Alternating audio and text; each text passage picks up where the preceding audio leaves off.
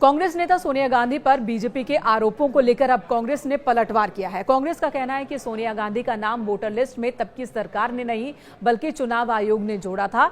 चुनाव आयोग एक स्वतंत्र एजेंसी है, वो ऐसा कर सकती है।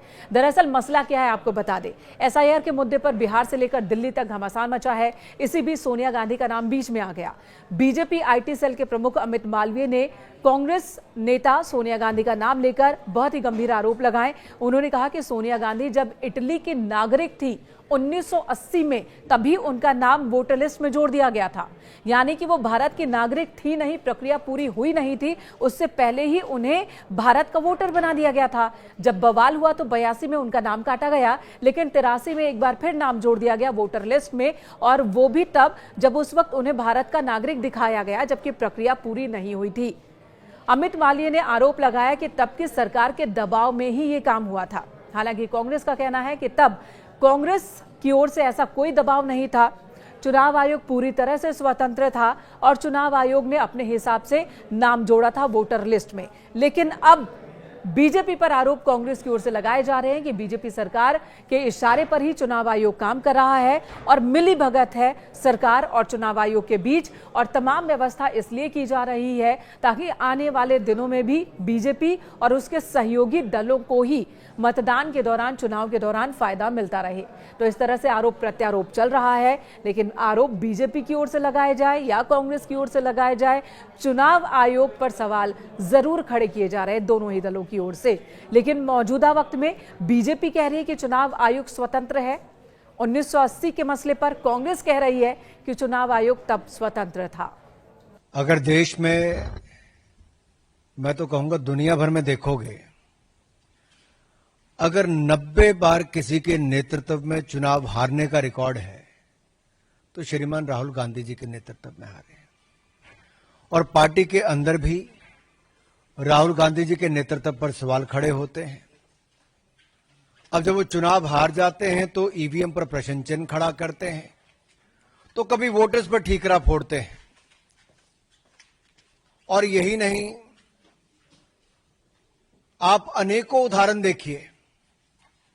जब कांग्रेस ने कहा EVM is rigged for BJP, EVM machine की हेराफेरी कांग्रेस कहती रही। फिर उन्होंने कहा ईवीएम बैन करो, बैलेट पेपर को वापस लाओ। फिर अगला चुनाव हारे कहा ईवीएम्स को रिमोटली हैक्ड किया जा सकता है। फिर कह दिया वीवीपैट 100% चेक सुनिश्चित करो। हर हार के बाद कांग्रेस ने नया बहाना ढूंढने का काम किया। आत्मचिंतन, आत्मनिरीक्षण कांग्रेस ने नहीं किया। लेकिन आरोप ईवीएम इलेक्शन कमीशन से लेके संवैधानिक संस्थाओं पे बार बार लगाते रहे।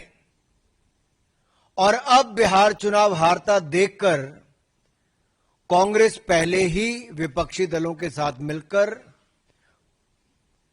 झूठे आरोप लगाने में लगी है। कल कुछ कांग्रेस के लोग कह रहे थे राहुल गांधी जी और विपक्ष के नेताओं ने बवंडर खड़ा किया। अरे भाई, बवंडर नहीं, बलंडर है। और मैं बताने वाला हूं कैसे।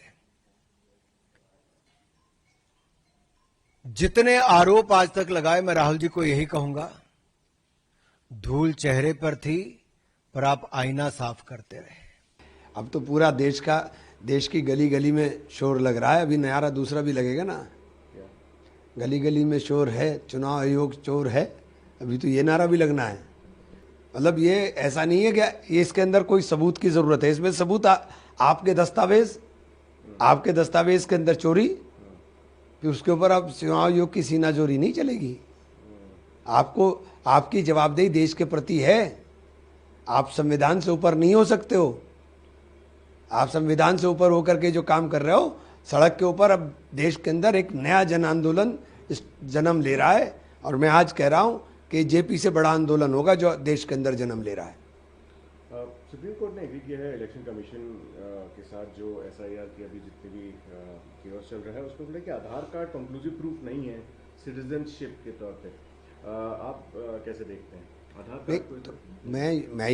मैं तो सिर्फ इतना देखता हूं कि आधार कार्ड आपने बनाया किस काम के लिए। फिर आधार कार्ड का मतलब क्या है? आधार कार्ड का मतलब यही तो था। तो इसको क्लियरिफाई गवर्नमेंट को करना चाहिए कि आधार कार्ड किस चीज़ के लिए, उसका पर्पज़ क्या है।